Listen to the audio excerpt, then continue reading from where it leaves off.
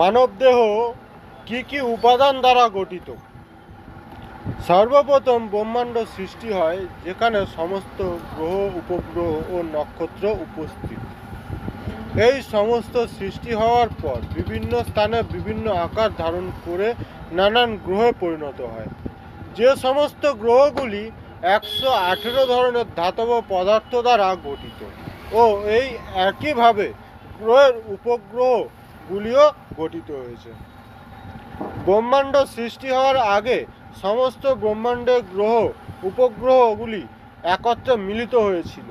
সেই অবস্থাকে বলা হতো সিঙ্গুলারিটি বা একটি মাত্র নক্ষত্র।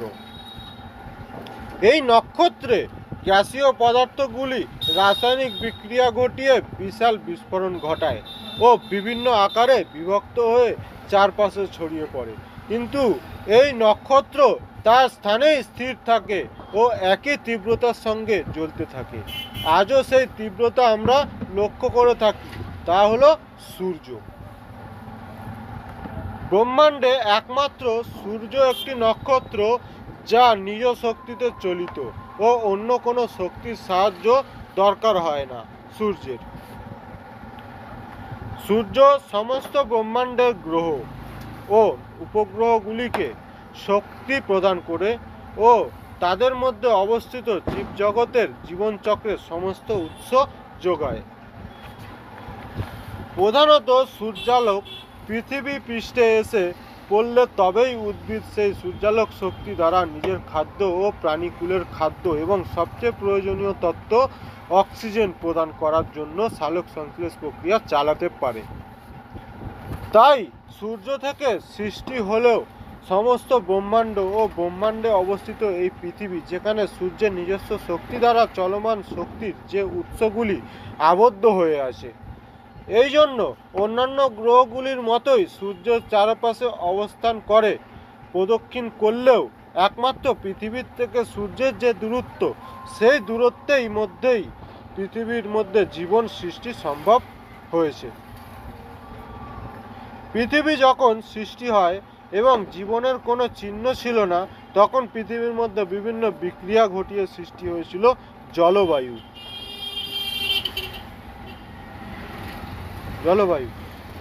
সৃষ্টি হওয়ার জন্য যা প্রয়োজন তা হলো দূষণকে পরিপাক করার মতো জায়গা দেওয়া, যার নাম হয় স্পেস। অর্থাৎ আমরা জানি স্পেস কথার অর্থ ব্রহ্মাণ্ড, অন্তরিক্ষ বা মহাকাশ। আসলে স্পেস কথার অর্থ হলো খালি জায়গা বা আমাদের পৃথিবীর এই জলবায়ু ও মাটির ওপর এই খোলা বাতাস, আকাশ, এর বাইরে কোনো জায়গা নেই যাকে মানুষ স্পেস বা খোলা জায়গা বলতে পারে। বিজ্ঞানের ভাষায় পৃথিবীর বাইরে আর অন্য কোনো প্রাণীর যাতায়াত নেই, তাই স্পেস বলা হয় বা ব্রহ্মাণ্ড। ইংরেজিতে শব্দে বলা হয় ইউনিভার্স, হিন্দিতে বলা হয় অন্তরিক্ষ, বাংলায় বলা হয় মহাকাশ। একটি জ্বলন্ত নক্ষত্র থেকে বিস্ফোরণ ঘটে এই ব্রহ্মাণ্ডের সৃষ্টি হয়। যে ব্রহ্মাণ্ডে অবস্থিত পৃথিবীর মধ্যে সূর্যের নিজস্ব শক্তি দ্বারা চলিত শক্তির সমস্ত উৎস আবদ্ধ হয়ে গিয়েছিল। যে সমস্ত উৎস বা উপাদানগুলি শুধুমাত্র সূর্যালোক শক্তির প্রভাবে জলের মাধ্যমে বিভিন্ন জৈবিক ও রাসায়নিক পদ্ধতিতে জীবনের সৃষ্টি করে।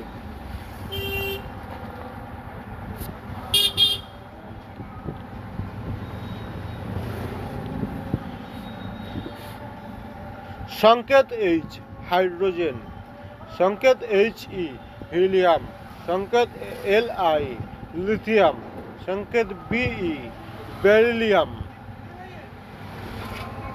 संकेत B बोरॉन, संकेत C कार्बन, संकेत N नाइट्रोजन, संकेत O ऑक्सीजन, संकेत F फ्लोरीन, संकेत Ne नियॉन, संकेत Na सोडियम, संकेत Mg मैग्नीशियम, संकेत Ai एल्यूमिनियम, संकेत Si सिलिकॉन, संकेत P फॉस्फोरस, संकेत S सल्फर, संकेत Ci क्लोरीन, संकेत Ar आर्गन, संकेत K पोटेशियम, संकेत Ca ক্যালসিয়াম, সংকেত SC স্যান্ডিয়াম, সংকেত TI টাইটানিয়াম, সংকেত V ভ্যানাডিয়াম, সংকেত CR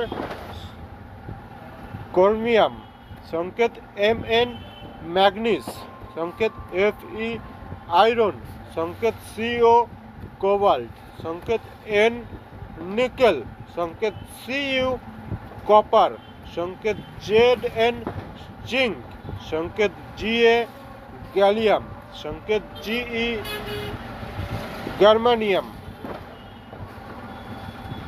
সংকেত AS আর্সেনিক, সংকেত SE সেলেনিয়াম, সংকেত BR ব্রোমিন, সংকেত KR ক্রিপ্টন, সংকেত RB রুবিডিয়াম, সংকেত SR স্ট্রন্টিয়াম,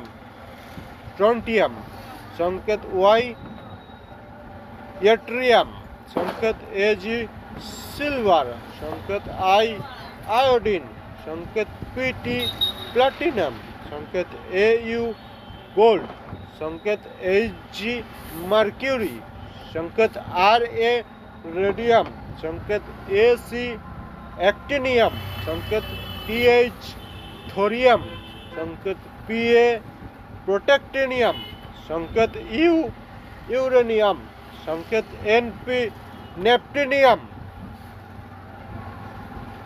সংকেত PU প্লুটোনিয়াম, সংকেত AM অ্যামেরিসিয়াম, সংকেত CM কিউরিয়াম, সংকেত BK ব্রেকেলিয়াম, সংকেত CA ক্যালিফোর্নিয়াম, সংকেত ES আইনস্টাইনিয়াম, সংকেত FM ফার্মিয়াম, সংকেত OG অর্গানিসন।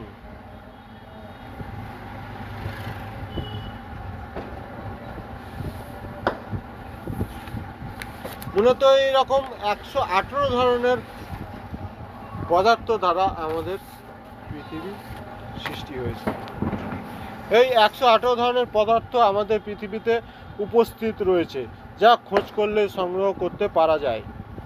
পৃথিবী যখন সৃষ্টি হচ্ছে তখন এই সমস্ত পদার্থ বিক্রিয়া ঘটিয়ে জলবায়ুর মধ্যে ভৌত প্রক্রিয়া ঘটিয়ে নাইট্রোজেন গ্যাস ও জল উৎপন্ন করেছিল, তবেই জীবন সৃষ্টি সম্ভব ও উৎসগুলি সূর্যালোক শক্তি দ্বারা চলিত হওয়ার সক্রিয় শক্তি পায় ও জীবজগতে প্রথম উদ্ভিদ শ্রেণীর সৃষ্টি হয়। উদ্ভিদ শ্রেণীর সৃষ্টি হওয়ার পর অক্সিজেন উৎপন্ন হওয়ার সমুদ্রের জলে বিভিন্ন প্রাণীর সৃষ্টি হয়। এই সময় পর্যন্ত পৃথিবীর মধ্যে যে সমস্ত উদ্ভিদ ও প্রাণীর সৃষ্টি হয়েছে সে সমস্ত প্রাণীদের গঠন আকারে প্রচুর বড় বড় হয়ে থাকত। সমুদ্রের জল থেকে কোনো প্রাণী স্থলভাগে এসে বসবাস করার অভ্যাস তৈরি করে স্থায়ী হয়নি ও স্থলভাগ থেকে কোনো প্রাণী জলে গিয়ে স্থায়ী হয়নি। সমস্ত প্রাণীকে সৃষ্টিকর্তা তার উপকূল পরিবেশ বানিয়ে সৃষ্টি করেছিলেন। শুধু তাদের মুক্তি দেওয়া ও সঠিক পরিবেশ খুঁজে বসবাসযোগ্য স্থায়ী বাসিন্দা হওয়ার জন্য নানান পরীক্ষা নিয়েছে।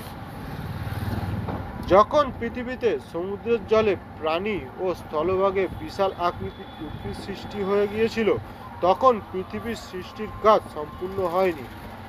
এরপরেও বিভিন্ন প্রাকৃতিক দুর্যোগ ঘটতে থাকে ও সৃষ্টি জীবন বিপন্নে পড়ে প্রাণও হারাতে থাকে। এর ফলে সেই সমস্ত উদ্ভিদ ও প্রাণীদের দেহ ধ্বংস হয়ে সমুদ্রের জলের গভীরে মাটির অভ্যন্তরে বিভিন্ন ধরনের জীবাশ্ম জ্বালানিতে পরিণত হয়েছিল।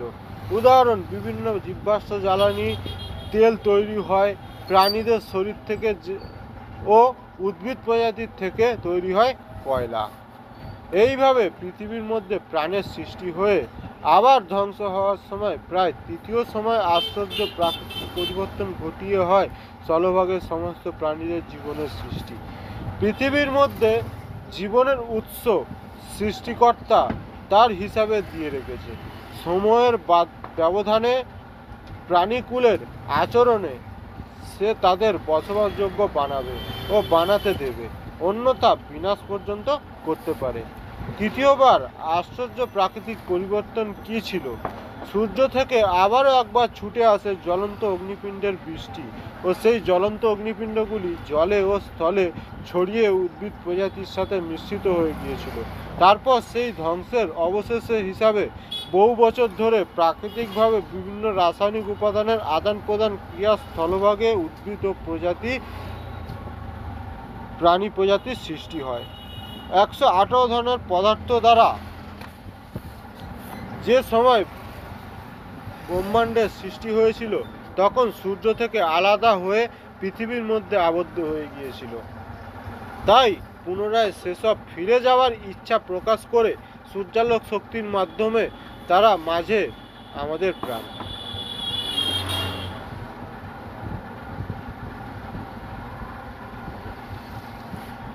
তাই আজও পর্যন্ত কোনো জীবকে তার ইচ্ছে পূরণ করতে বাধা দেওয়া হয় না বিজ্ঞানসম্মতভাবে। এটাই সিদ্ধান্ত শৃঙ্খলাবদ্ধ। এই সমস্ত 118 ধরনের পদার্থ পুনরায় ব্রহ্মাণ্ডে ফিরে যাওয়ার ইচ্ছে নিয়ে নাইট্রোজেন গ্যাসের পরমাণু কণায় ধাপে ধাপে সজ্জিত হয়ে একটি আকৃতির সৃষ্টি করে, যা আমরা আজ দেখতে পাই। উদ্ভিদ শ্রেণীদের তারা এত উঁচু উঁচু হয়ে দাঁড়িয়ে আছে কিভাবে হলো এসব ভাবুন তো। যেসব উদ্ভিদ প্রথমে সৃষ্টি হয়ে গিয়েছিল তাদের মধ্যে এই সমস্ত 118 ধরনের পদার্থ দরকার ছিল এবং তারা সেই 118 ধরনের পদার্থ তাদের শ্বসনে ব্যবহার করে ফেলেছিল। এরপর যখন আর সেই পদার্থগুলি উদ্ভিদ সংগ্রহ করতে পারছে না ও তখন পৃথিবীর এক পৃষ্ঠ যখন ঘুরে গিয়ে সূর্যের বিপরীতে পৌঁছালো অন্ধকার অবস্থায়, তখন উদ্ভিদ তার প্রাণ রক্ষা করার জন্য নিজের মধ্যে সঞ্চিত শক্তি দ্বারা ফল তৈরি করতে লাগলো এবং অন্ধকার জায়গায় নতুন করে উদ্ভিদ জন্মানোর কোনো উপায় দেখতে পাওয়া যায় না এবং সালোক সংশ্লেষও হয় না। এখন যদি কোনো কারণে সূর্যালোক পৃথিবীর মধ্যে না পৌঁছায় তাহলে উদ্ভিদ হয়তো কিছু সময় পর্যন্ত নিজের জমানো শক্তি থেকে নিজের খাদ্য তৈরি করে বেঁচে থাকবে, কিন্তু সালোক সংশ্লেষ না হওয়ার কারণে আমরা প্রাণীকুল বিপদে পড়তে পারি। পৃথিবী সৃষ্টি হয়ে যাওয়ার পর উদ্ভিদ উৎপন্ন হয়ে ফল উৎপাদন করানোর কাজ এই পর্যন্ত সৃষ্টিকর্তার কাজ ছিল। এখন আমাদের প্রাণীকুলকেও সৃষ্টিকর্তা বানিয়েছে, তবে তার শক্তি ও সঞ্চয় এবং সভ্যতাপূর্ণ প্রাণীর প্রধান বৈশিষ্ট্য হিসাবে আমাদের ঘ্রাণ দিয়েছে উদ্ভিদ ও জীবের মধ্যে জীবন। উদ্ভিদ এরই বেঁচে থাকার জন্য দরকার জল এবং সূর্যালোক। উদ্ভিদ এবং প্রাণী উভয়েরই বেঁচে থাকার জন্য দরকার জল এবং সূর্যালোক। যে কোনো সৃষ্টি ও আবিষ্কারের পর সেই গঠনের থেকে শুধুমাত্র সারাংশ রেখে বাকিটা দরকার থাকে না। যেমন আম খেয়ে আমরা সেই আমের বীজ রোপণ করি ও সেই বীজ থেকে পুনরায় ফল উৎপন্ন করে গ্রহণ করি, তেমনি উদ্ভিদও যে কোনো প্রাণীর সৃষ্টি হয়ে যাওয়ার পর আর তার ভেতর থেকে আর একটি শরীরের সৃষ্টি হয়ে থাকে।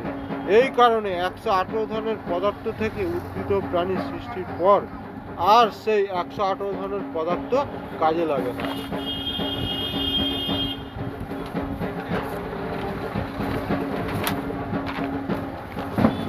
এখন পর্যন্ত বিজ্ঞান আমাদের প্রধান বৈশিষ্ট্য হিসাবে যা শিখিয়েছে তা হলো কি কি উপস্থিত।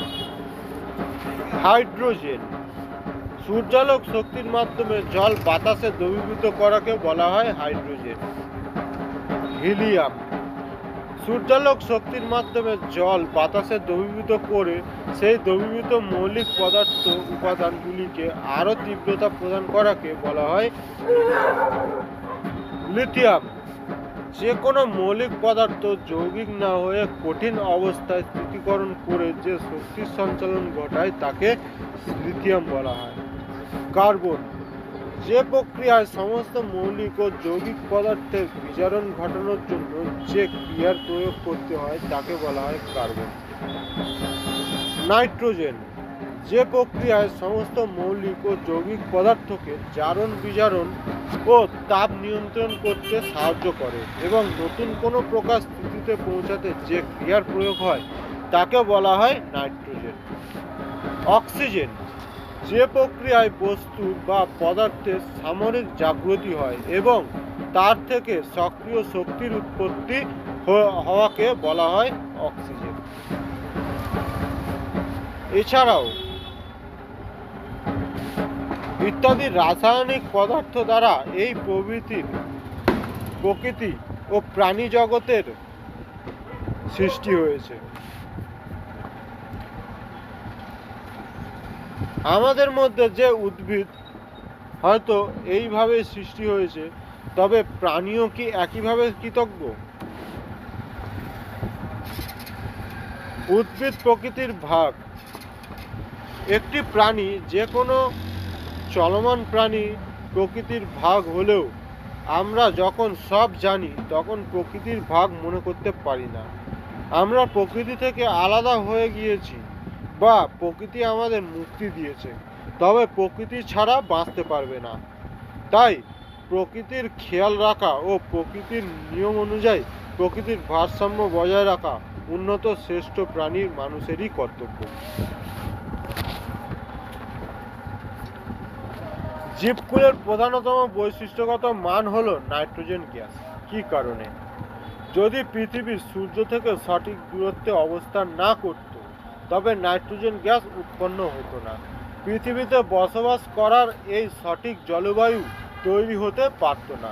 নাইট্রোজেন গ্যাস উৎপন্ন হওয়ার ফলেই উদ্ভিদ উৎপন্ন হতে পেরেছে ও জীবের শরীর গঠন হয়েছে।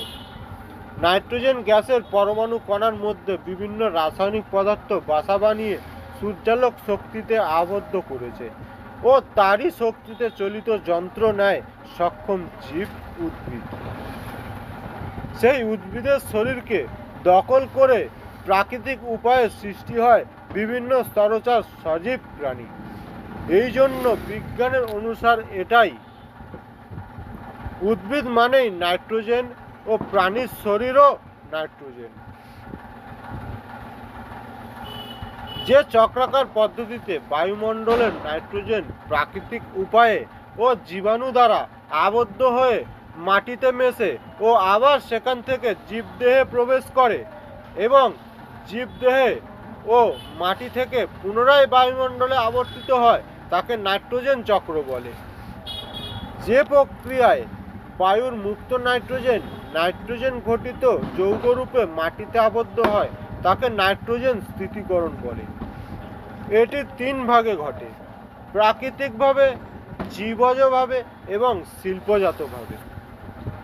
সাধারণত বজ্রপাতের সময় যখন আকাশে বিদ্যুৎ স্ফুরণ ঘটে, বায়ুমণ্ডলের নাইট্রোজেন তখন অক্সিজেনের সঙ্গে যুক্ত হয়ে নাইট্রিক অক্সাইড উৎপন্ন করে। এই নাইট্রিক অক্সাইড আবার বায়ুমণ্ডলের O2 এর সঙ্গে সংস্পর্শে এসে নাইট্রোজেন অক্সাইড তৈরি করে। এই নাইট্রোজেন ডাই অক্সাইড জলীয় বাষ্প বা বৃষ্টির জলের সঙ্গে বিক্রিয়ায় নাইট্রাস অ্যাসিড এবং নাইট্রিক অ্যাসিডে পরিণত হয় এবং মাটিতে নেমে আসে। এই দুই প্রকার অ্যাসিড মাটির বিভিন্ন খনিজ লবণের সঙ্গে বিক্রিয়া করে নাইট্রেট যৌগ ঘটে এবং মাটিতে নাইট্রোজেনের পরিমাণ বৃদ্ধি করে। বায়ুমণ্ডলীয় মুক্ত নাইট্রোজেন জীবাণু বা সবুজ শৈবালের ক্রিয়ার ফলে অ্যামোনিয়া রূপে আবদ্ধ হয়। তাকে জীবজ নাইট্রোজেন সংবন্ধন বা জৈবিক নাইট্রোজেন স্থিতিকরণ বলা হয়। নাইট্রোজেন গ্যাসের আবদ্ধকরণ হয়ে সকল উদ্ভিদ ও প্রাণী জগতের সৃষ্টি হয়েছিল। তাই সকল উদ্ভিদকুল ও প্রাণীকুলের শরীর বিশেষভাবে নাইট্রোজেন ঘটিত। কিন্তু যেহেতু উদ্ভিদ শ্রেণী প্রাণীদের শারীরিক গঠন ও আকৃতি দিয়েছে, তাই সকল প্রাণীর শরীরেও নাইট্রোজেন গ্যাস আবদ্ধ হয়ে তৈরি এবং উদ্ভিদ ও প্রাণীর দেহ ত্যাগের পর পচনশীল পদ্ধতিতে পুনরায় বাতাসে নাইট্রোজেন গ্যাসের ঘাটতি পূরণ করে। এই জন্য এই গ্যাসের মান জীবজগতের মধ্যে প্রধান।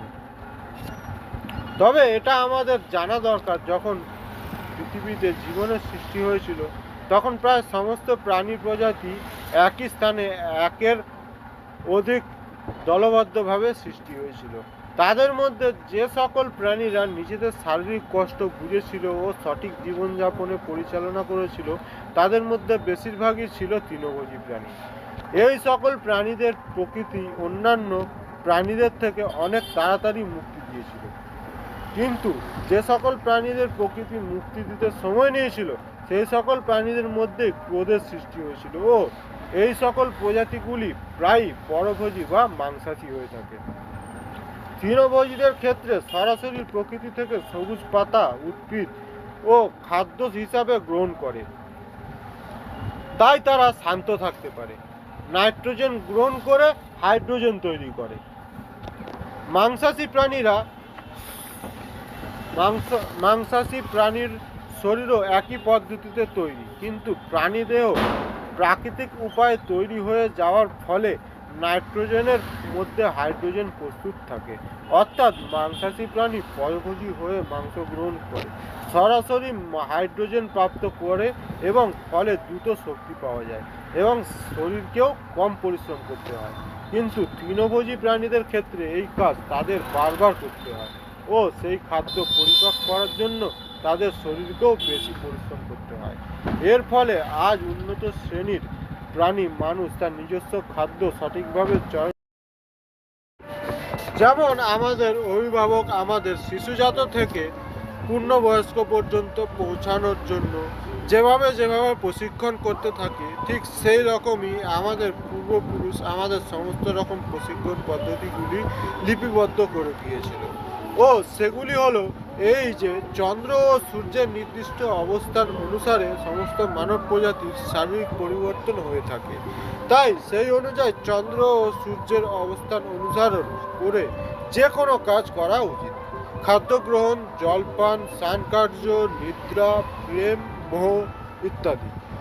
প্রেমী পুজো, প্রেমী মোহ, প্রেমী সিদ্ধি, সিদ্ধান্ত, প্রেমী ত্যাগ। বিশেষত চন্দ্র ও সূর্যের অবস্থান অনুসারে আমরা যেমন জীবনশৈলী অভ্যাস করব, তেমন ব্যক্তিত্ব ও চরিত্র গঠন করতে পারব। কারণ চন্দ্র ও সূর্যের অবস্থান অনুযায়ী মানব দেহের তাপ নিয়ন্ত্রণ হয়ে থাকে। এর ফলে শরীরে ভৌত রাসায়নিক বিক্রিয়া ঘটে, যা সঠিক ব্যবহারে শক্তি অর্জন করা যায় ও বুদ্ধির জন্ম হয়। জীবনে অনেক উন্নতি হয়, কিন্তু সঠিক ব্যবহার না জানলে তিনি অর্থাৎ সৃষ্টিকর্তা তার প্রভাব আপনার শরীরে দেখাবে। সেই মতো আপনি কষ্ট উপভোগ করতে থাকবেন ও নানান বিপদের সম্মুখীন হতেই হবে। কারণ আপনি অসুস্থ বোধ করছেন, কিছু বুঝতে পারছেন না, কিন্তু সব কিছুই আগের মতোই সাধারণ ও স্বাভাবিক আছে। বিশেষভাবে পর্যবেক্ষণ করে বোঝা গিয়েছে, বেশিরভাগ সময় মানুষ খাবার সেবনের সঠিক প্রণালী ও সঠিক সময় যদি অবলম্বন করেন, তবেই সুস্থ থাকতে পারবেন। হিন্দু শাস্ত্র অনুসারে এক মাসে 15 দিন কৃষ্ণপক্ষ ও 15 দিন শুক্লপক্ষ, এটাই একটি সপ্তাহ হিসাবে গণনা করা হতো এবং 4 প্রহরে একদিন হয়। প্রাতঃকালীন সন্ধ্যা, মধ্যমকালীন সন্ধ্যা, সায়ংকালীন সন্ধ্যা, পূর্বকালীন সন্ধ্যা। এই প্রহর যখন শেষ হচ্ছে আর একটি প্রহর শুরু হচ্ছে, সেই অবস্থাকে সন্ধ্যাকাল বলা হয়। যে কোনো সন্ধ্যাকালীন সময় স্নান কার্য ছাড়া অন্য কোনো কাজ করা উচিত নয়। এমনকি বাড়ি পরিষ্কার পরিচ্ছন্নতার কাজও বন্ধ রাখা দরকার। পৌরাণিক বর্ণনা অনুসারে কয়েক শতক আগে পর্যন্ত হিন্দুস্তানি ভারত বাসিন্দারা এই নিয়ম মেনে চলত ও নিজেদের সম্পূর্ণ সুস্থ স্বাভাবিক বানিয়ে রাখতে পারত। আমরা শাসনের শিকার হওয়ার পর এইসব স্মৃতিশক্তি থেকে মুছে দেওয়ার চেষ্টা করা হয়েছিল। তাদের গণনা করা দিনলিপি অনুসরণ করতে বাধ্য করা হয়েছিল। তাদের বক্তব্য, আমাদের এই অনুসরণ করে চলার ফলে আমাদের সময় নষ্ট হচ্ছিল, তাই তাদের গণনা করা দিনলিপি হিসাবে চলতে বাধ্য করেছিল আমাদের। আমরা আগের সমস্ত ঘটনা শুনে বুঝলাম চন্দ্র ও সূর্য অবস্থান অনুযায়ী আমরা যেমন অভ্যাস করব তেমনই সুন্দর চরিত্র ও ব্যক্তিত্ব গঠন করতে পারব। এই অবস্থান অনুযায়ী না চললে তবে আমরা শারীরিক পরিবর্তনে বাধাপ্রাপ্তি হব। কারণ প্রথমেই আমাদের বুঝতে হবে যে মানব শরীর কী কী উপাদান দ্বারা ও কিভাবে গঠিত এবং তার সাড়া প্রদানের বৈশিষ্ট্য কী। চলন ও গমন। সজীব বস্তুর বৈশিষ্ট্যের মধ্যে চলন ও গমন একটি অন্যতম বৈশিষ্ট্য। উদ্দেশ্য এক হলেও চলন ও গমন এক নয়, যদিও মূলত প্রোটোপ্লাজমের দ্বারাই এর নিষ্পন্ন হয়। জল, বায়ু, আলো, তাপ, স্পর্শ প্রভৃতি বাহ্যিক এবং ক্ষুধা, তৃষ্ণা ইত্যাদি অভ্যন্তরীণ উদ্দীপকে সাড়া দেওয়াই উত্তেজিত বা উত্তেজিতা নামে পরিচিত। কখনো কখনো চলনের মাধ্যমে উত্তেজিতা অভিব্যক্ত হয়ে থাকে। নির্দিষ্ট স্থানে সংলগ্ন থাকাকালীন বাইরের উদ্দীপকের উপস্থিতি কিংবা অনুপস্থিতিতে, অর্থাৎ নিজের চেষ্টায় জৈবিক প্রয়োজনের তাগিদে জীবদেহের অঙ্গ প্রত্যঙ্গের সঞ্চালনকে চলন বা মুভমেন্ট বলে। সহজ ভাষায় চলন হলো জীবদেহের অংশবিশেষের আন্দোলিত হওয়া। ডায়াহেলিওট্রফিজম। যখন উদ্ভিদের পাতা কিংবা কাণ্ড আলোকের গতিপথের সমকোণে বর্ধিত হয় তখন ওদের ফটোট্রফিজমকে ডায়াহেলিওট্রফিজম বলা হয়। পরীক্ষা। একটি অন্ধকার ঘরের খোলা জানালার ধারে টবের মধ্যে একটি চারা গাছ রাখা হলো। কিছুদিন পর লক্ষ্য করা গেল চারা গাছটির কাণ্ড ও শাখা প্রশাখা জানালার দিকে বেঁকে গিয়ে বেড়ে যাচ্ছে। উদ্ভিদের ফটোট্রফিক বা আলোক নির্ণীত চলনকে দীর্ঘপ্রয়াসী অনুসরণ করে সমস্ত জীবের শারীরিক গঠন ও সবচেয়ে বড় উপহার আমরা চোখ পেয়েছি, পৃথিবী দেখতে পেয়েছি, তবেই বুঝতে পারছি। কিন্তু উদ্ভিদও এক প্রকার দৃষ্টিযুক্ত প্রাণী, অর্থাৎ উদ্ভিদও দেখতে পায়। উদ্ভিদের প্রাণীদের মতো স্পষ্ট দেখার কোনো অঙ্গ নেই, তবে উদ্ভিদ অনুভবের দ্বারা দেখতে পায়। উদ্ভিদ সম্পূর্ণ প্রাণী জগৎকে মেরুদণ্ড প্রদান করেছে। উদ্ভিদের জন্য মানব প্রজাতি স্নায়ুতন্ত্র বিজ্ঞান খুঁজে পেয়েছে। তাই আজ মানব প্রজাতির মতো প্রাণী পৃথিবীতে এত শৃঙ্খলাবদ্ধভাবে সভ্য ও সুন্দর বানাতে পারছে। স্নায়ুতন্ত্রের খোঁজ না হলে মানুষ এত উন্নতি করতে পারত না। কারণ প্রকৃতি সৃষ্টি হওয়ার পর যত প্রাণী সৃষ্টি হয়েছে তারা নিজের শারীরিক বিরক্ত হওয়ার কারণ বুঝতে পারত না। এছাড়াও তারা নিজের সঠিক বসবাস পদ্ধতি ও খাদ্য বুঝতে পারত না বলে তারা আরো বিরক্ত হয়ে উঠত। চলনের বৈশিষ্ট্য। প্রোটোপ্লাজমের দ্বারা বাহ্যিক ও আন্তরিক উদ্দীপকের উত্তেজনায় বিরক্ত হয়ে নিজের চেষ্টায় জৈবিক প্রয়োজনের তাগিদে ফটোট্রফিজমকে দীর্ঘপ্রয়াসী অনুসরণ করে স্নায়ুতন্ত্র তৈরি হয়েছে। ইহা চলনের বৈশিষ্ট্য। সাইক্লোসিস। কোষ প্রাচীর দ্বারা আবৃত প্রোটোপ্লাজমে যে প্রবাহ পরিলক্ষিত হয় সেই আবর্ত বা প্রবাহকে সাইক্লোসিস বলে। প্রবাহ দুই প্রকার, যা রোটেশন বা কেন্দ্রীয় ভ্যাকুয়াল সার্কুলেশন বা আবর্ত গতি, ছড়িয়ে পড়া। সাড়া প্রদানের বৈশিষ্ট্য। আলোকমুখী বা ফটোট্যাক্সিস ও ক্যামোট্যাক্সিস এবং থার্মোট্যাক্সিস চলন পদ্ধতিতে হাইড্রোট্যাকটিক হয়ে বৃদ্ধিজনিত বা বৃদ্ধিজ হতে থাকা অবস্থাকে সাড়া প্রদান বলা হয়। মুভমেন্ট। ইহাই সাড়া প্রদানের প্রধান বৈশিষ্ট্য। বৃদ্ধি হওয়ার পদ্ধতিকে ট্রফিক বলা হয়। এটা তিন প্রকার হয়: পজিটিভলি জিওট্রফিক,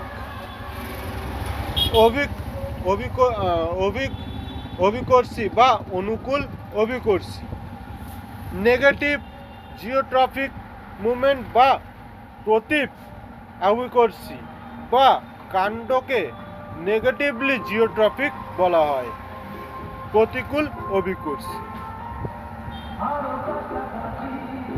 ট্রান্সভার্স জিওট্রফিক মুভমেন্ট এবং শাখা ও পার্শ্বমূলকে ট্রান্সভার্সি জিওট্রফিক বা তির্যক অবকর্ষী বলে। এই সমস্ত বৃদ্ধির পদ্ধতিতে উদ্ভিদকে অক্সিন নামক উদ্দীপক হরমোন দ্বারা নিয়ন্ত্রিত হয়। এই পর্যন্ত অভ্যন্তরীণ প্রবাহ দ্বারা বৃদ্ধি হচ্ছিল। এখন স্পর্শ দ্বারা উদ্ভিদ কিভাবে বিশেষ ধরনের বৃদ্ধি করে সেটা বুঝব। যখন উদ্ভিদ অঙ্গ উদ্দীপক বস্তুর গতিপথের প্রভাবে প্রভাবিত হয়ে ওই উদ্দীপকের তীব্রতা অনুসারে নিয়ন্ত্রিত হয়, তখন তাকে ন্যাস্টিক মুভমেন্ট বা ব্যাপ্তি চলন বলে। এই চলনের উদ্দীপক বা স্টিমুলাস হলো আলো, স্পর্শ, তাপ এবং রাসায়নিক দ্রব্য।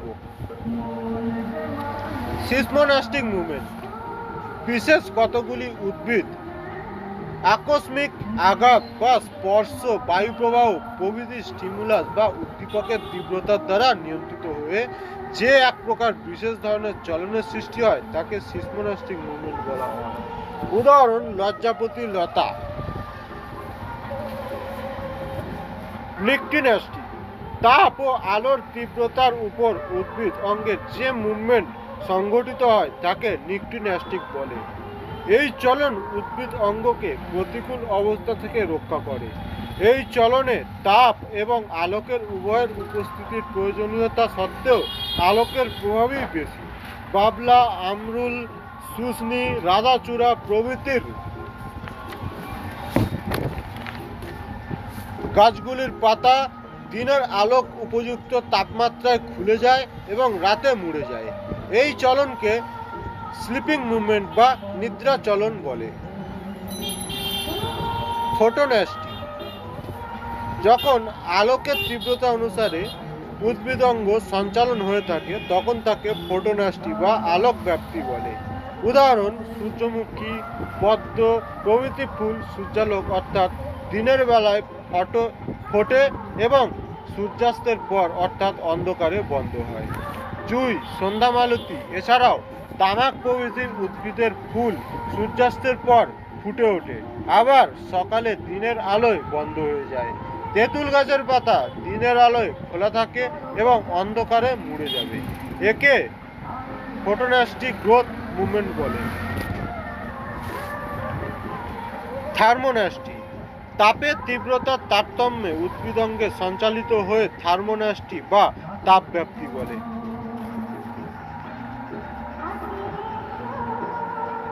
উদাহরণ: টিউলিপ, পদ্ম প্রভৃতি ফুলের পাপড়ি বেশি তাপে খুলে যায়, আবার তাপ কমলে মুড়ে যায়। কেমোন্যাস্টি বা রাসায়নিক ব্যাপ্তি। রাসায়ন ব্যাপ্তি ইথার, ক্লোরোফর্ম, প্রোটিন প্রভৃতি রাসায়নিক পদার্থের তীব্রতার প্রভাবে উদ্ভিদ অঙ্গের যে সঞ্চালন ঘটে তাকে কেমোন্যাস্টি চলন বা রসায়ন চলন ব্যাপ্তি বলে। উদাহরণ: সূর্য শিশির প্রভৃতি পতঙ্গ ভুক উদ্ভিদের পাতার কোষিকাগুলি প্রোটিনের সংস্পর্শে তাপমাত্রা পতঙ্গকে আবদ্ধ করে। চলনের বৈশিষ্ট্যগত কার্যকারিতা ভাগ ও তার তালিকা। সজীব বস্তুর বৈশিষ্ট্যের মধ্যে চলন ও গমন একটি অন্যতম বৈশিষ্ট্য। উদ্দেশ্য এক হলেও চলন ও গমন এক নয়। নির্দিষ্ট স্থানে সংলগ্ন থাকাকালীন বাইরের উদ্দীপকের উপস্থিতি কিংবা অনুপস্থিতিতে অর্থাৎ নিজের চেষ্টায় জৈবিক প্রয়োজনের তাগিদে জীবদেহের অঙ্গ প্রত্যঙ্গের সঞ্চালনকে চলন বা মুভমেন্ট বলা হয়। মানবদেহ সাইক্লোসিস চলন পদ্ধতিতে তৈরি, অর্থাৎ কোষ প্রাচীর দ্বারা আবৃত প্রোটোপ্লাজমে যে প্রবাহ পরিলক্ষিত করা হয় তাকে সাইক্লোসিস চলন বলা হয়। কী কারণে এই প্রবাহ হচ্ছে ও তার তাৎপর্য কী? সকলের দেহেই রক্ত বইছে। আজ আর কথা আমরা বলতে পারি না যে না, এটা সম্ভব নয়, বরং রক্তদান করে একটি প্রাণ বাঁচানো এটাই আবেদনে পরিচিত। অতিরিক্ত রক্তক্ষরণের ফলে দুর্বল ব্যক্তিকে কিংবা অস্ত্রোপচারের সময় রোগীর শিরার মাধ্যমে রক্ত সঞ্চালন করা হয়ে থাকে। এই রক্ত সঞ্চালনের আগে রক্ত একই শ্রেণীর কিনা তা ডাক্তার দিয়ে পরীক্ষা করিয়ে নেওয়া হয়, অন্যথায় মৃত্যু পর্যন্ত হয়ে থাকে। রক্তে অবস্থিত অ্যান্টিজেন বা অ্যাগ্লুটিনোজেন এবং অ্যান্টিবডি বা অ্যাগ্লুটিনিন এর উপস্থিতি অনুযায়ী ভিয়েনার চিকিৎসক মানব রক্তের 4টি ভাগে বিভক্ত করেছেন। শ্রেণী এ, বি, এবি এবং ও। রক্তের লোহিত কণিকায় অ্যান্টিজেন এবং প্লাজমার অ্যান্টিবডি থাকে। দেহ প্রোটিন ছাড়া কোনো প্রোটিন রক্তে প্রবেশ করলে যে পদার্থের সৃষ্টি হয় তাই অ্যান্টিবডি, এবং অ্যান্টিবডি সৃষ্টি হয় যে প্রোটিনের প্রবেশের ফলে তাকেই অ্যান্টিজেন বলা হয়। মানবদেহ সাইক্লোসিস চলন পদ্ধতিতে তৈরি, অর্থাৎ কোষ প্রাচীর দ্বারা আবৃত প্রোটোপ্লাজমে যে প্রবাহ পরিলক্ষিত করা হয় তাকে সাইক্লোসিস চলন বলা হয়। কি কারণে এই প্রবাহ হচ্ছে ও তার তাৎপর্য কি? সকলের দেহেই রক্ত বইছে, আজ আর কথা আমরা বলতে পারি না যে না, এটা সম্ভব নয়, বরং রক্তদান করে একটি প্রাণ বাঁচান এই আবেদনে পরিচিত। অতিরিক্ত রক্তক্ষরণের ফলে দুর্বল ব্যক্তিকে কিংবা অস্ত্রোপচারের সময় রোগীর শিরার মাধ্যমে রক্ত সঞ্চালন করা হয়ে থাকে। এই রক্ত সঞ্চালনের আগে রক্ত একই শ্রেণীর কিনা তা ডাক্তার দিয়ে পরীক্ষা করিয়ে নেওয়া হয়, অন্যথায় মৃত্যু পর্যন্ত হয়ে থাকে। রক্তে অবস্থিত অ্যান্টিজেন বা অ্যাগ্লুটিনোজেন এবং অ্যান্টিবডি বা অ্যাগ্লুটিনিন এর উপস্থিতি অনুযায়ী ভিয়েনার চিকিৎসক ল্যান্ডস্টেনার 1901 খ্রিস্টাব্দে মানব রক্তকে 4টি ভাগে বিভক্ত করেন। শ্রেণী এ, বি এবং ও। রক্তের লোহিত কণিকায় অ্যান্টিজেন এবং প্লাজমায় অ্যান্টিবডি থাকে। দেহ প্রোটিন ছাড়া কোনো প্রোটিন রক্তে প্রবেশ করলে যে পদার্থের সৃষ্টি হয় তাই অ্যান্টিবডি, এবং অ্যান্টিবডি সৃষ্টি হয় যে প্রোটিনের প্রবেশের ফলে তাকেই বলে অ্যান্টিজেন। এ গ্রুপের রক্তে অ্যান্টিজেন এ এবং অ্যান্টিবডি বি থাকে। বি গ্রুপের রক্তে অ্যান্টিজেন বি এবং অ্যান্টিবডি এ থাকে। এ বি গ্রুপের রক্তে অ্যান্টিজেন এ ও বি থাকে, অ্যান্টিবডি এ বি থাকে না। ও গ্রুপের রক্তে অ্যান্টিজেন থাকে না, অ্যান্টিবডি এ ও বি থাকে। এ গ্রুপের ব্যক্তি এ ও এ বি গ্রুপকে রক্ত দিতে পারে,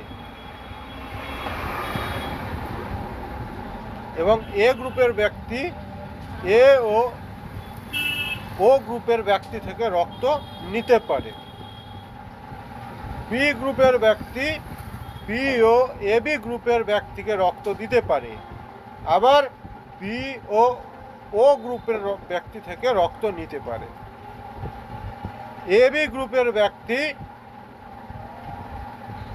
শুধুমাত্র এ বি গ্রুপকেই রক্ত দিতে পারে, আবার সে সমস্ত গ্রুপ থেকে রক্ত নিতে পারে। A B, A O B এবং ও গ্রুপ সমস্ত গ্রুপ থেকে রক্ত নিতে পারে। ও গ্রুপের ব্যক্তি সমস্ত গ্রুপকে রক্ত দিতে পারে।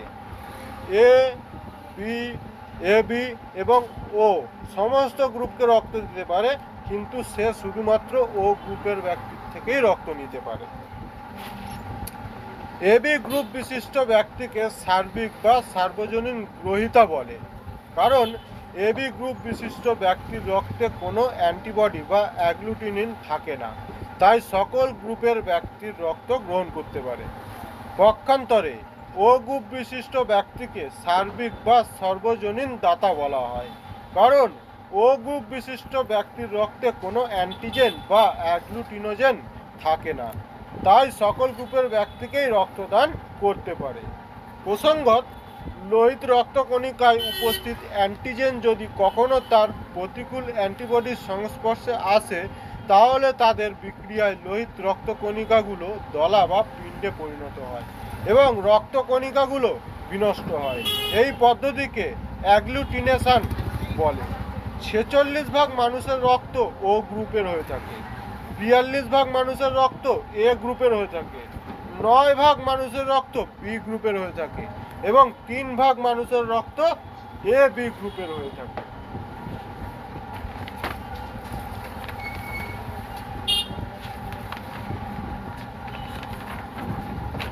রক্ত পুষ্টির বাহক। Transport of nutrients. পরিপাকান্তে শোষিত খাদ্যরস ও ভিটামিন রক্তের মাধ্যমেই দেহের কোষে কোষে পরিবাহিত হয়ে পুষ্টি বিধান করে। অক্সিজেন এবং কার্বন ডাই অক্সাইডের বাহক, carrier of O2 and CO2। হিমোগ্লোবিনের সাহায্যে অক্সিহিমোগ্লোবিন রূপে দেহের বিভিন্ন কোষে অক্সিজেন পরিবেশন করা যেমন রক্তের কাজ, ঠিক তেমনই দেহের বিভিন্ন কোষে শ্বাসকার্যের ফলে উদ্ভূত কার্বন ডাই অক্সাইড রক্তের মাধ্যমে পরিবাহিত হয়ে ফুসফুস থেকে দ্রবীভূত হয়ে থাকে। হরমোন, এনজাইম ও অন্যান্য রাসায়নিক পদার্থের বাহক, carrier of hormones, enzymes and other chemicals. অনাল গ্রন্থি নিঃসৃত হরমোন বা উত্তেজক রস, এনজাইম বা উত্তেজক রস এবং অন্যান্য রাসায়নিক পদার্থ উৎপত্তি স্থল থেকে কর্মস্থলে রক্তের মাধ্যমেই পরিবাহিত হয়। রক্তপাত নিরোধক, স্টপ ব্লিডিং, রক্ততঞ্চন, কোয়াগুলেশন অফ ব্লাড। রক্ত জমাট বেঁধে রক্তপাত বন্ধ করা। রক্তের উপাদান অনুচক্রিকা একটি অনবদ্য ভূমিকা গ্রহণ করে। অম্লত্ব ও ক্ষারত্বের ভারসাম্য রক্ষা, maintain of acid base equilibrium. বিভিন্ন ফসফেট ও কার্বনেট যৌগের সাহায্যে রক্ত দেহের বিভিন্ন কলার অম্লত্ব, অ্যাসিডিটি ও ক্ষারত্ব, ইকুইলিটি, অ্যালকালাইনিটি নিয়ন্ত্রণ করে। সঞ্চয় অঙ্গের থেকে খাদ্য পরিবাহক, career of food from storage organ. রক্তের মাধ্যমে প্রয়োজন বোধে সঞ্চয় অঙ্গ থেকে খাদ্য দেহের বিভিন্ন অঙ্গ প্রত্যঙ্গে পরিবাহিত হয়ে থাকে। উষ্ণতার সমতা রক্ষা করা, টেম্পারেচার অফ রেগুলেশন। সামঞ্জস্যজনিত প্রাণীদের পেশি, যকৃৎ প্রভৃতি বিভিন্ন অঙ্গের তাপ উৎপন্ন হয়। এই তাপ রক্তের মাধ্যমে সমস্ত দেহে ছড়িয়ে পড়ে, দৈহিক উষ্ণতা রক্ষা করে।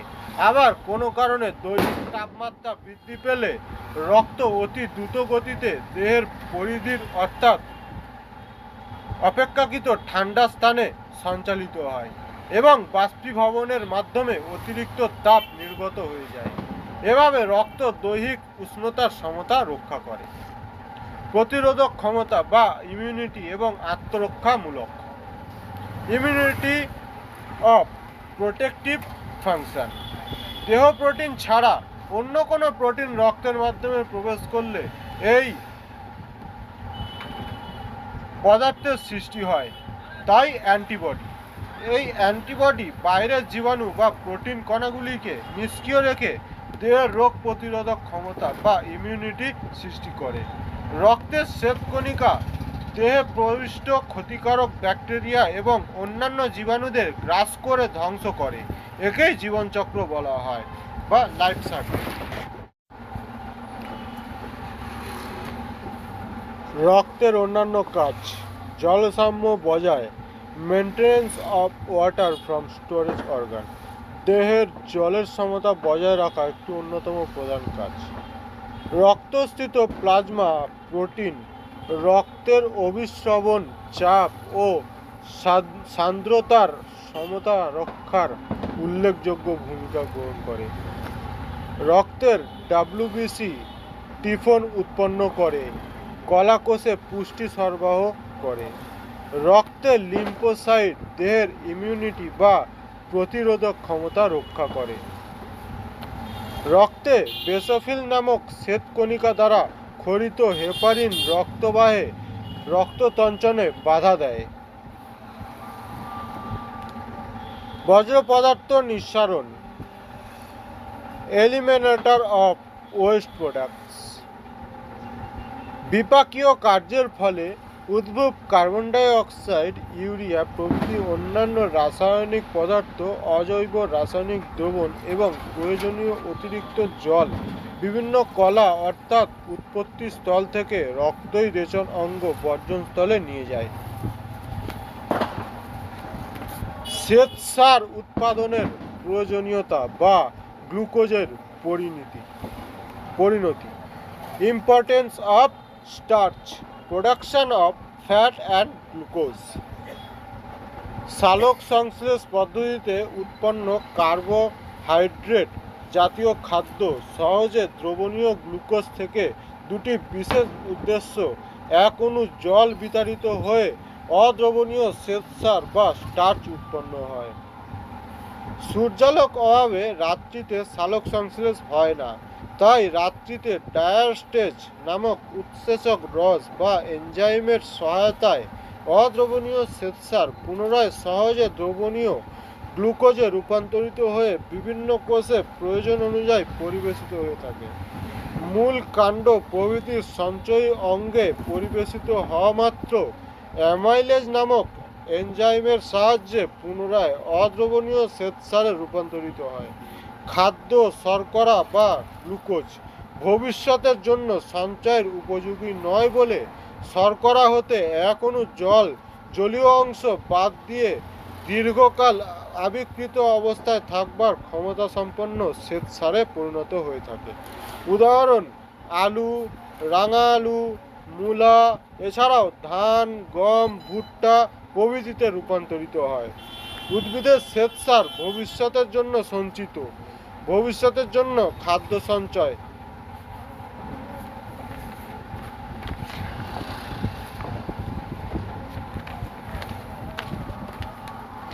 অবাক করা বিষয় হচ্ছে উদ্ভিদের পরিত্যক্ত O2 ও গৃহীত কার্বন ডাই অক্সাইডের পরিমাণ এক, অর্থাৎ সালোক সংশ্লেষের ভাগফল ফটোসিনথেটিক কোয়েফিসিয়েন্ট।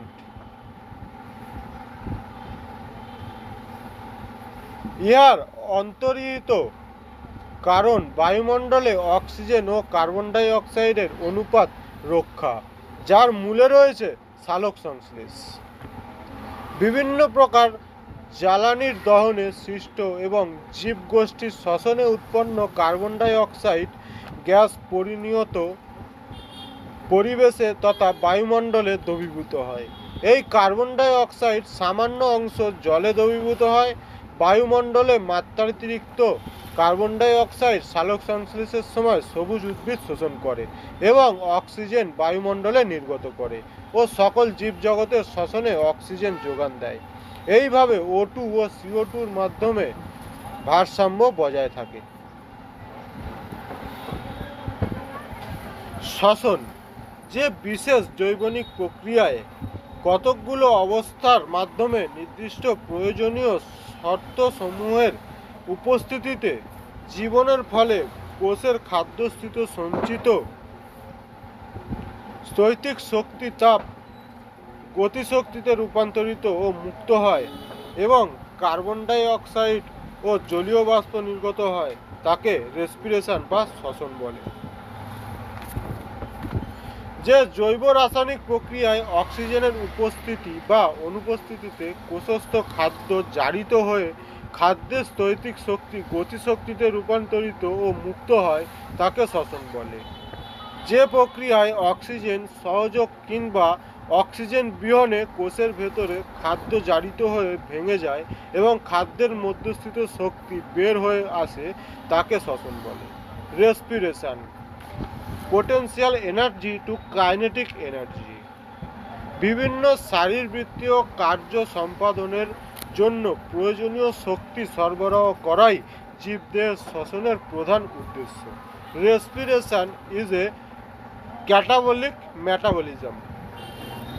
শ্বাসকার্য যে প্রক্রিয়ায় পরিবেশ থেকে বায়ু কিংবা দ্রবীভূত অক্সিজেন জল শ্বাসযন্ত্রে নিত হয়, অর্থাৎ প্রশ্বাস ইন্সপিরেশন, এবং অতিরিক্ত মাত্রায় কার্বন ডাই অক্সাইড বায়ু কিংবা জল পরিবেশে পরিত্যক্ত হয় নিঃশ্বাস এক্সপিরেশন। শ্বাস অঙ্গে সীমাবদ্ধ গ্যাসীয় আদান প্রদানকেই শ্বাসকার্য বলা হয়। শ্বসন ও শ্বাসকার্যের মধ্যে পার্থক্য কি? শ্বসন একটি জৈব রাসায়নিক প্রক্রিয়া, শ্বাসকার্য একটি যান্ত্রিক প্রক্রিয়া যা অন্তঃকোষীয় প্রক্রিয়া। ইহা বহিঃশ্বসন প্রক্রিয়া। এবং শ্বাস অঙ্গের মধ্যে ঘটে থাকে শ্বাসকার্য। শ্বসন অন্তঃশ্বসনকে কলা শ্বসন বা কোষীয় শ্বসনও বলে।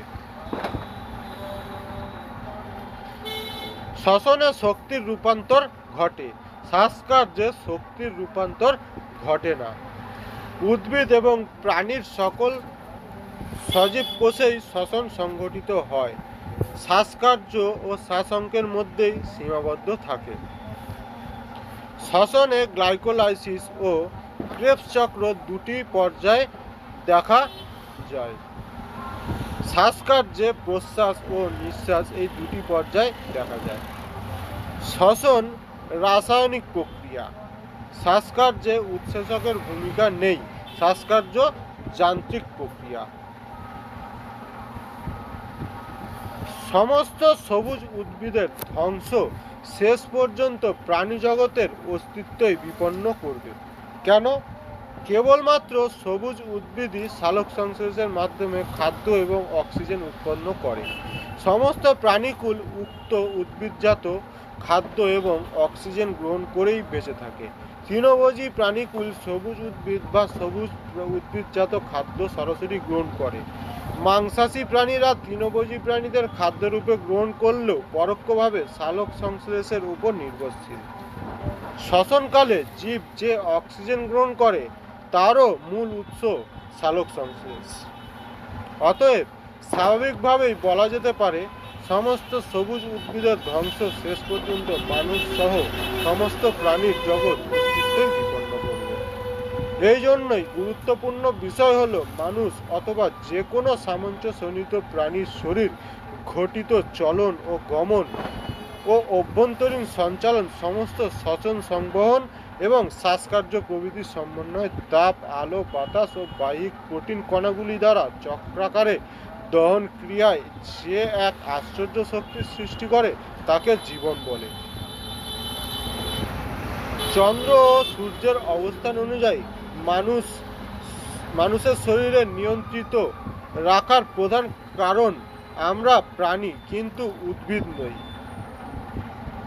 এবং উদ্ভিদ থেকে সৃষ্টি হলেও অন্য কোনো প্রাণীর মতো কাঁচা মাংস বেছে নিজের খাদ্য বানিয়ে জানোয়ারও হই। যেমন সিংহ, বাঘ, শেয়াল, ডাইনোসর প্রভৃতি হিংস্র প্রাণী। তিমি মাছ, ছোট নীল তিমি জাতীয় মাছ ছোট ছোট প্লাঙ্কটন খেয়ে বেঁচে থাকে। প্রকৃতি শাকাহারী প্রাণীদের পছন্দ করে, বিশেষ করে তাতেই জীবজগতের মঙ্গলময় ভবিষ্যৎ, অন্যথা বিনাশ অনিবার্য।